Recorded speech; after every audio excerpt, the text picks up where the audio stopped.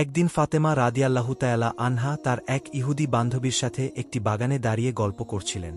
এমন সময় একজন লোক এসে ইহুদি মেয়েটিকে বললেন, আপনার বাবা আপনাকে বাড়িতে যেতে বলেছেন। তখন মেয়েটি সেই লোকটির সাথে বাড়িতে চলে গেলেন। বাড়িতে যাবার পর মেয়েটির বাবা মেয়েটিকে বললেন, মা, তোমার বিয়ের জন্য একটি ছেলে নির্বাচন করা হয়েছে। ছেলেটি ইহুদি সম্প্রদায়ের এক শিল্পপতির ছেলে। তুমি কি এই বিয়েতে রাজি আছো? তখন মেয়েটি বলল, বাবা, এই উত্তরটি আমি আপনাকে কালকে দেব। আজকে রাতে আমাকে একটু সময় দিন, আমি একটু ভেবে দেখি। মেয়েটির বাবা মেয়েটিকে সময় দিল। মেয়েটি তার বাবার কাছ থেকে সময় নিয়ে কোনো দিকে না তাকিয়ে এক দৌড়ে ফাতেমা রাদিয়াল্লাহু তাআলা আনহার কাছে চলে এলেন। তার কাছে এসে বললেন, বোন, তোমার সাথে আমার দীর্ঘ 12 বছরের সম্পর্ক। এই দীর্ঘ সময়ে তুমি কখনো আমাকে ভুল পরামর্শ দাওনি। আশা করছি আজকেও তুমি আমাকে কোনো ভুল পরামর্শ দেবে না। আমার জন্য আমার বাবা একজন ছেলে নির্বাচন করেছেন। ছেলেটি হচ্ছে ইহুদি সম্প্রদায়ের এক বিশাল শিল্পপতির ছেলে। তার সাথে বাবা আমাকে বিয়ে দিতে চান। এখন আমি কি করব? তখন ফাতেমা রাদিয়াল্লাহু তাআলা আনহা মেয়েটির এই কথা শুনে বললেন, বোন, যেহেতু তোমার বাবা ছেলেটির সঙ্গে তোমার বিয়ে ঠিক করেছে এবং তোমার বাবা চাইছেন এই ছেলের সঙ্গে তোমার বিয়ে দিতে, তাই তুমি এই বিয়েতে রাজি হয়ে যাও। তখন মেয়েটি ফাতেমা রাদিয়াল্লাহু তাআলা আনহাকে বললেন, হে বোন, আমি এই বিয়েতে রাজি হতে পারি, কিন্তু একটা শর্ত আছে। শর্তটা হলো, যদি তুমি আমার এই বিয়েতে উপস্থিত থাকো তবে আমি বিয়ে করব। তুমি তো জানো আমি তোমাকে কতটা ভালোবাসি। তখন ফাতেমা রাদিয়াল্লাহু তাআলা আনহা মেয়েটিকে বললেন, তোমরা ইহুদি আর আমরা মুসলিম, আর তুমি তো জানো যে ইহুদিরা মুসলমানদেরকে একদম সহ্য করতে পারে না। আর আমি যদি তোমার বিয়েতে যাই তাহলে আমার বাবা মুহাম্মদ সাল্লাল্লাহু আলাইহি ওয়াসাল্লামকে মুসলমান সম্প্রদায়ের কাছে প্রশ্নের সম্মুখীন হতে হবে এবং আমার বাবাকে নিয়ে তারা হাসিঠাট্টা করবে। এছাড়া তোমাকেও ইহুদি সম্প্রদায়ের কাছে প্রশ্নের সম্মুখীন হতে হবে এবং তারাও তোমাকে নিয়ে হাসিঠাট্টা করবে। তাই আমি তোমার এই বিয়েতে উপস্থিত হতে চাইছি না। তখন সেই ইহুদি মেয়েটি ফাতেমা রাদিয়াল্লাহু তাআলা আনহাকে বলল, তুমি যদি আমার বিয়েতে উপস্থিত না থাকো তাহলে আমি কথা দিলাম কেয়ামত হয়ে গেলেও আমি বিয়ে করব না। মেয়েটির এমন কথা শুনে এক পর্যায়ে নিরুপায় হয়ে ফাতেমা রাদিয়াল্লাহু তাআলা আনহা সেই মেয়েটিকে বললেন, ঠিক আছে বোন, আমি তোমার বিয়েতে যাব। তুমি এই কথা তোমার বাবাকে জানিয়ে দাও। তখন মেয়েটি ফাতেমা রাদিয়াল্লাহু তাআলা আনহার কথা শুনে এক দৌড়ে বাবার কাছে এসে বললেন, বাবা, আমি এই বিয়েতে রাজি আছি, তবে একটি শর্ত আছে। আর সেই শর্ত হলো, আমার বিয়েতে মুহাম্মদের মেয়ে ফাতেমা আমার সাথে থাকবে। তখন মেয়েটির বাবা বলল, মুহাম্মদের মেয়ে যদি আমাদের এই বিয়েতে আসে তাহলে সেটা আমার এই খানদানের সঙ্গে মিলবে না, কারণ তারা হচ্ছে গরিব। তারা ঠিকমতো দুবেলা খেতে পারে না এবং ভালো জামাকাপড়ও তাদের নেই। তাহলে তারা কি করে তোমার বিয়েতে আসবে? তাছাড়া তোমার বিয়েতে যারা আসবে তারা সবাই ধনী শিল্পপতির ছেলে মেয়ে। তাই মুহাম্মদের মেয়ে ফাতেমাকে দাওয়াত করা যাবে না। তখন মেয়েটি তার বাবাকে বলল, বাবা, এটাই আমার ফাইনাল সিদ্ধান্ত। ফাতেমাকে যদি আমার এই বিয়েতে আসতে বাধা দাও তাহলে আমি জীবনেও এই বিয়ে করব না। এক পর্যায়ে নিরুপায় হয়ে তার বাবা রাজি হল এবং মেয়েকে বলল, আমি তোমাকে অনুমতি দিতে পারি, তবে একটা শর্ত আছে। শর্তটা হলো, যদি মুহাম্মদের মেয়ে ফাতেমা আমার বাড়িতে আসতে চায় তাহলে তাকে অবশ্যই সুন্দর এবং নতুন জামাকাপড় পরে আসতে হবে। যদি পুরাতন জামাকাপড় পরে চলে আসে তাহলে আমার বাড়িতে ঢুকতে পারবে না। বাবার এই কথা শুনে মেয়েটি আবার দৌড়ে ফাতেমা রাদিয়াল্লাহু তাআলা আনহার কাছে গিয়ে বলল, হে বোন, তুমি আমার বিয়েতে আসো, এটা আমার বাবা চান না। তবে আমার বাবা একটা শর্তে রাজি হয়েছেন। শর্তটি হলো, আমার বিয়েতে তুমি যদি আসো তাহলে অবশ্যই নতুন জামাকাপড় পরে তোমাকে আসতে হবে। এখন তুমি বলো যে তুমি আমার বিয়েতে আসবে কিনা। এই কথা শুনে ফাতেমা রাদিয়াল্লাহু তাআলা আনহা কেঁদে কেঁদে বললেন, বোন, আমার জীবনে অনেক বছর হয়ে গেছে আমি নতুন জামাকাপড় চোখে দেখিনি। আমরা অভাবগ্রস্ত মানুষ, কখনো কখনো আমাদের না খেয়েও দিনযাপন করতে হয়, সেখানে নতুন জামাকাপড় কি করে পাবো বলো। তখন মেয়েটি ফাতেমা রাদিয়াল্লাহু তাআলা আনহাকে বলল, বোন, তুমি যদি তোমার নিজের জবানে একবার বলো যে আমি নতুন জামাকাপড় পরে তোমার বিয়েতে যাব, তাহলে আমার বিশ্বাস তোমার মহান সৃষ্টিকর্তা আল্লাহ রাব্বুল আলামিন তোমার জন্য জামাকাপড়ের ব্যবস্থা করে দেবেন, কারণ আমি জানি তোমার সাথে তোমার আল্লাহর অনেক ভালো সম্পর্ক রয়েছে। এই কথা শুনে ফাতেমা রাদিয়াল্লাহু তাআলা আনহা আবেগী হয়ে বললেন, ইনশাআল্লাহ, আমি তোমার এই বিয়েতে যাব এবং নতুন জামাকাপড় পরিধান করেই যাব। তখন আবার মেয়েটি দৌড়ে তার বাবার কাছে গিয়ে তার বাবাকে বলল, বাবা, ফাতেমা আমার বিয়েতে আসবে এবং নতুন পোশাক পরিধান করেই আসবে। সে আমার সাথে এমনটি ওয়াদা করেছে। তারপর বিয়ের দিন তারিখ ঠিক হল। এদিকে ফাতেমা রাদিয়াল্লাহু তাআলা আনহা চিন্তা করতে লাগলেন, বিয়ের দিন তো ঘনিয়ে আসছে, আর আমি ওয়াদা করেছি বিয়ের দিন সেই বাড়িতে আমি নতুন জামাকাপড় পরিধান করে যাব, কিন্তু আমার কাছে তো নতুন জামা নেই। এসব কথা চিন্তা করতে করতে ফাতেমা রাদিয়াল্লাহু তাআলা আনহা জায়নামাজ বিছিয়ে নামাজে বসে গেলেন। নামাজে সেজদায় গিয়ে তিনি চোখের পানি ছেড়ে দিয়ে বললেন, হে মাবুদ, আপনার সঙ্গে আমার গভীর সম্পর্ক রয়েছে তা আজ পর্যন্ত এই দুনিয়াতে কেউ জানে না। মাসের পর মাস চলে গিয়েছে, আমি না খেয়ে থেকেছি, কিন্তু কোনো দিনও আপনার কাছে কোনো কিছুই চাইনি। আজকে আপনার কাছে একটা নতুন জামা আবদার করছি, কিন্তু এই আবদার আমার জৈবিক বা দৈহিক চাহিদা পূরণের জন্য নয়, এটা শুধু আমার বান্ধবীর সম্মান রক্ষার জন্য। আপনি আমাকে এমন একটি জামা প্রদান করুন যেটা পরে আমি আমার বান্ধবীর বিয়েতে যেতে পারব, এবং সেখানকার মেয়েরা যেন এ জামা দেখে আমার দিকেই তাকিয়ে থাকে এবং মুসলমান হয়ে যায়। হে মাবুদ, আপনি কি আমাকে একটা নতুন জামা দান করবেন? এভাবেই ফাতেমা রাদিয়াল্লাহু তাআলা আনহা চোখের পানি ছেড়ে দিয়ে কাঁদছিলেন। নামাজ শেষে তিনি ঘরের কোণে তাকালেন এবং সেখানে দুটি প্যাকেট দেখতে পেলেন। তখন ফাতেমা রাদিয়াল্লাহু তাআলা আনহা প্যাকেট দুটি নিয়ে কাঁদতে কাঁদতে নবী করিম সাল্লাল্লাহু আলাইহি ওয়াসাল্লামের কাছে আসলেন এবং তার কাছে সমস্ত ঘটনা খুলে বললেন।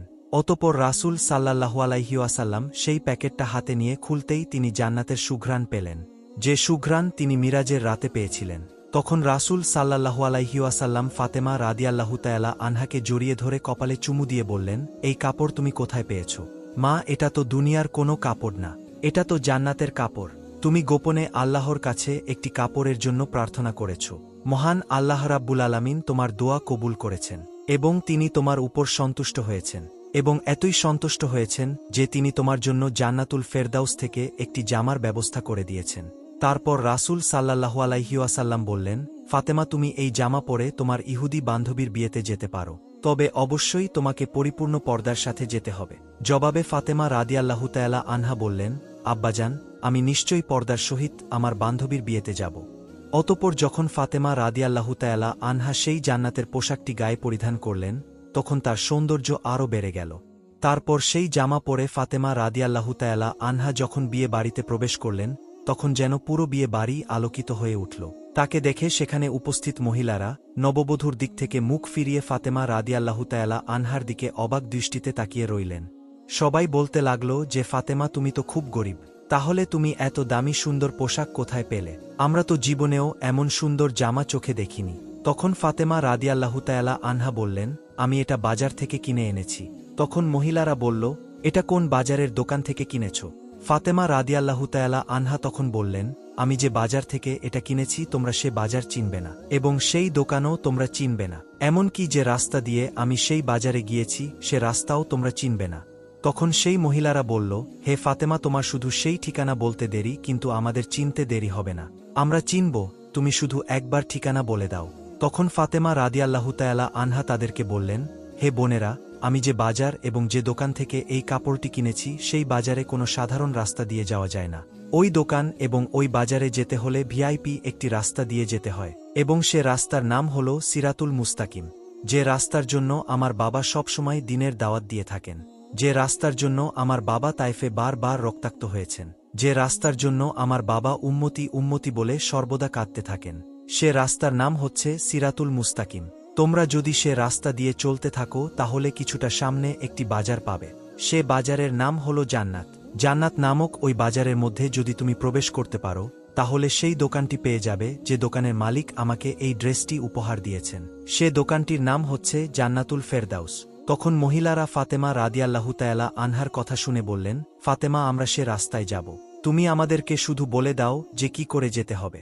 তখন ফাতেমা রাদিয়াল্লাহু তাআলা আনহা বললেন, সেই রাস্তা দিয়ে যদি বাজারে যেতে হয় তাহলে তোমাদেরকে আমার সাথে সাথে একটি বাক্য উচ্চারণ করতে হবে। তখন সেই নারীরা বলল, আমরা উচ্চারণ করব, তুমি বলো। তখন ফাতেমা রাদিয়াল্লাহু তাআলা আনহা উচ্চারণ করে বললেন, বলো, লা ইলাহা ইল্লাল্লাহু মুহাম্মাদুর রাসূলুল্লাহ সাল্লাল্লাহু আলাইহি ওয়াসাল্লাম। তখন সেখানে উপস্থিত ৩৭০ জন মহিলা সবাইকে অবাক করে দিয়ে মুসলিম ধর্ম গ্রহণ করলেন। আল্লাহ তাআলা বলেন, হে আমার বান্দাগণ, যদি তোমরা আমাকে মনে প্রাণে বিশ্বাস করো তাহলে দুনিয়ার জমিনে তোমাদের চাইতে দেরি হবে, কিন্তু পেতে দেরি হবে না। হে রাব্বুল আলামিন, আমাদেরকে আল্লাহর উপর তাওয়াক্কুল করা এবং বেশি বেশি আমল করার তৌফিক দান করুন, আমিন। একদিন ফাতেমা রাদিয়াল্লাহু তাআলা আনহা জায়নামাজে বসে কাঁদছিলেন, তার দু চোখের পানিতে বুক ভেসে যাচ্ছিল। এমন সময় রাসূল সাল্লাল্লাহু আলাইহি ওয়াসাল্লাম তার বাড়িতে আগমন করলেন এবং ফাতেমার ঘরে প্রবেশ করে দেখতে পেলেন জায়নামাজে বসে ফাতেমা রাদিয়াল্লাহু তাআলা আনহা অঝরে কাঁদছেন। তখন বিশ্ব নবী সাল্লাল্লাহু আলাইহি ওয়াসাল্লাম ফাতেমা রাদিয়াল্লাহু তাআলা আনহাকে উদ্দেশ্য করে বললেন, হে আমার কলিজার টুকরো ফাতেমা, তুমি তোমার জায়নামাজের কোণাটা একটু উল্টে দেখো। তখন ফাতেমা রাদিয়াল্লাহু তাআলা আনহা জায়নামাজের কোণা উল্টে চমকে উঠলেন। তিনি বললেন, এ কি আব্বাজান, এ যে গলিত স্বর্ণের স্রোত বয়ে যাচ্ছে। তখন রাসূল সাল্লাল্লাহু আলাইহি ওয়াসাল্লাম বললেন, মা, তুমি চাইলে তোমার প্রয়োজন মতো স্বর্ণ উঠিয়ে রাখতে পারো, যার দ্বারা তুমি তোমার সংসার পরিচালনা করা এবং দুনিয়ার জাঁকজমকপূর্ণ আরাম আয়েশসহ যা ইচ্ছা তাই করতে পারবে। দুনিয়ার সুখ শান্তি ক্ষণস্থায়ী, পরকালের সুখ শান্তি চিরস্থায়ী। এখন তুমি ভেবে দেখো মা, দুনিয়ার সুখ শান্তি চাও নাকি আখিরাতের সুখ শান্তি চাও? রাসূল সাল্লাল্লাহু আলাইহি ওয়াসাল্লামের মুখে এমন কথা শুনে ফাতেমা রাদিয়াল্লাহু তাআলা আনহা জায়নামাজের কোণা ছেড়ে দিয়ে নবীজিকে বললেন, আব্বাজান, আমার দুনিয়ার সুখ শান্তির কোনো প্রয়োজন নেই, আমি আখিরাতের সুখ শান্তির পিছনে দৌড়াতে চাই। একদিন উম্মে আইমান নামক একজন মহিলা কোনো এক কাজের জন্য ফাতেমা রাদিয়াল্লাহু তাআলা আনহার বাড়িতে আসেন। উম্মে আইমান ফাতেমা রাদিয়াল্লাহু তাআলা আনহার দরজার কাছে এসে ফাতেমা রাদিয়াল্লাহু তাআলাকে ডাকতে লাগলেন। তিনি বেশ কয়েকবার ডাকার পরেও ভিতর থেকে কোনো সাড়া শব্দ এল না। কিন্তু ফাতেমা রাদিয়াল্লাহু তাআলা আনহার ঘরের ভেতর থেকে জাতা ঘোরানোর শব্দ ভেসে আসছিল। তখন উম্মে আইমান ফাতেমা রাদিয়াল্লাহু তাআলা আনহার ঘরের জানালা দিয়ে ভিতরে তাকাতেই দেখলেন ফাতেমা রাদিয়াল্লাহু তাআলা আনহা ঘুমোচ্ছেন, কিন্তু তার ঘরের ভিতরে রুটির জাতাটা নিজে নিজেই ঘুরছে এবং একজন মহিলা কোনায় বসে তসবিহ পাঠ করছে। আরেকজন মহিলা হোসাইন রাদিয়াল্লাহু তাআলা আনহুকে দোলনার মধ্যে ঘুম পাড়াচ্ছেন। উম্মে আইমান এই দৃশ্য দেখার পর হতবাক হয়ে গেলেন। তারপর তিনি ফাতেমা রাদিয়াল্লাহু তাআলা আনহার বাড়ি থেকে বের হয়ে সোজা নবী করিম সাল্লাল্লাহু আলাইহি ওয়াসাল্লামের দরবারে উপস্থিত হলেন। উম্মে আইমান বিশ্ব নবীর কাছে সমস্ত ঘটনা খুলে বললেন। তখন রাসূল সাল্লাল্লাহু আলাইহি ওয়াসাল্লাম উম্মে আইমানকে বললেন, হে উম্মে আইমান, আমার মেয়ে ফাতেমা জাতা ঘোরাতে ঘোরাতে ক্লান্ত শরীর নিয়ে ঘুমিয়ে পড়েছিল, অথচ তার তাসবিহ পাঠ করা বাকি ছিল এবং প্রচণ্ড গরমের কারণে হোসাইন রাদিয়াল্লাহু তাআলা আনহুর ঘুম ভেঙে গিয়েছিল। তাই আল্লাহ রাব্বুল আলামিন ফাতেমার ঘরের মধ্যে ৩ জন ফেরেশতাকে ৩টি কাজ সমাধান করার জন্য পাঠিয়ে দিয়েছিলেন। একজন ফেরেশতা অদৃশ্যভাবে জাতাকলে জব ভাঙছিল, আরেকজন ফেরেশতা ফাতেমার বাকি থাকা তাসবিহগুলো পাঠ করছিল, অন্য আরেকজন ফেরেশতা হোসাইন রাদিয়াল্লাহু তাআলা আনহুকে দোলনার মধ্যে ঘুম পাড়াচ্ছিল। হে উম্মে আইমান, তুমি যা দেখেছ সবই সত্য দেখেছ, তবে তুমি যে ৩ জনকে দেখেছ তারা কোনো সাধারণ মহিলা ছিল না, বরং তারা আল্লাহ রাব্বুল আলামিনের পক্ষ থেকে পাঠানো ফেরেশতা। নবী করিম সাল্লাল্লাহু আলাইহি ওয়াসাল্লামের মুখে এসব কথা শুনে উপস্থিত সাহাবীরা এবং উম্মে আইমান হতভম্ব হয়ে গেলেন। তারা ফাতেমা রাদিয়াল্লাহু তাআলা আনহার জন্য দোয়া করতে লাগলেন এবং উম্মে আইমান আল্লাহু আকবর বলে নবী করিম সাল্লাল্লাহু আলাইহি ওয়াসাল্লামের দরবার থেকে বিদায় নিলেন। একদিন ফাতেমা রাদিয়াল্লাহু তাআলা আনহা এমনই দুর্বল হয়ে পড়লেন যে তিনি বিছানা থেকে উঠতে পারছিলেন না। এই ঘটনা শুনে রাসূল সাল্লাল্লাহু আলাইহি ওয়াসাল্লাম ফাতেমা রাদিয়াল্লাহু তাআলা আনহাকে দেখার জন্য তার বাড়িতে আসলেন। নবী করিম সাল্লাল্লাহু আলাইহি ওয়াসাল্লাম ফাতেমার দরজায় উপস্থিত হয়ে তাকে ডাকতে লাগলেন, কিন্তু ভেতর থেকে কোনো আওয়াজ এল না। বিশ্ব নবী তখন আবারও ডাকলেন, কিন্তু তবুও ভিতর থেকে কোনো আওয়াজ আসল না। তিনি ফাতেমাকে উদ্দেশ্য করে আবারও ডাকলেন। তখন ভিতর থেকে ফাতেমা রাদিয়াল্লাহু তাআলা আনহা জবাব দিলেন এবং বললেন, আব্বাজান, আমি কেমন করে দরজা খুলব? আমার গায়ে ছোট্ট একটি চাদর, পায়ের দিকে ঘোরালে মাথার দিক খালি হয়ে যায়, মাথার দিকে ঘোরালে পায়ের দিক খালি হয়ে যায়। তখন বিশ্ব নবী তার মাথার রুমালটা নিয়ে দরজার ফাঁক দিয়ে ভিতরে দিয়ে ফাতেমাকে বললেন, মা, আমার রুমালটা মাথার দিকে দিয়ে দাও। তখন ফাতেমা রাদিয়াল্লাহু তাআলা আনহা রুমালটা মাথার দিকে দিয়ে দরজা খুলে দিলেন। তখন রাসূল সাল্লাল্লাহু আলাইহি ওয়াসাল্লাম ঘরের ভিতরে প্রবেশ করে দেখতে পেলেন ফাতেমা রাদিয়াল্লাহু তাআলা আনহার চোখ মুখ মলিন হয়ে আছে। তখন নবীজি ফাতেমাকে বললেন, মা, তোমার কি অসুখ হয়েছে? ফাতেমা রাদিয়াল্লাহু তাআলা আনহা তখন নবীজিকে বললেন, আব্বাজান, কয়েকদিন যাবৎ উপোস থাকতে থাকতে ক্ষুধার জ্বালায় ও মাথা ব্যথায় দুর্বল হয়ে গিয়েছি। এটা শুনে রাসূল সাল্লাল্লাহু আলাইহি ওয়াসাল্লাম ফাতেমা রাদিয়াল্লাহু তাআলা আনহাকে বললেন, আমিও আজ ৩ দিন যাবৎ উপবাসী, অথচ আমি আল্লাহর কাছে তোমার চাইতেও অধিক প্রিয় ব্যক্তি। আমি চাইলে তিনি দুনিয়ার সবচেয়ে ভালো খাবার আমাকে খাওয়াতেন, কিন্তু আমি দুনিয়ার উপর আখেরাতকে প্রাধান্য দিয়েছি। তখন রাসূল সাল্লাল্লাহু আলাইহি ওয়াসাল্লাম ফাতেমা রাদিয়াল্লাহু তাআলা আনহাকে বললেন, হে আমার প্রিয় ফাতেমা, ধৈর্য ধরো, নিশ্চয়ই সুসংবাদ রয়েছে। আল্লাহর শপথ করে বলছি, বেহেশতে তুমি হবে রমণীকুলের সবার সর্দারনী, বেহেশতের চাবি থাকবে তোমার হাতে। এই কথা শুনে ফাতেমা রাদিয়াল্লাহু তাআলা আনহা চমকে উঠলেন। তিনি বললেন, আব্বাজান, তাহলে বিবি মরিয়ম এবং বিবি আছিয়ার কি হবে? তখন নবীজি বললেন, মা, বিবি মরিয়ম এবং বিবি আছিয়া তাদের সময়কার সকল মহিলাদের সর্দারনী হবে, আর এখন থেকে নিয়ে কিয়ামত পর্যন্ত যত মহিলা আছেন তাদের সকলের সর্দারনী হিসেবে তুমি বেহেশতে থাকবে।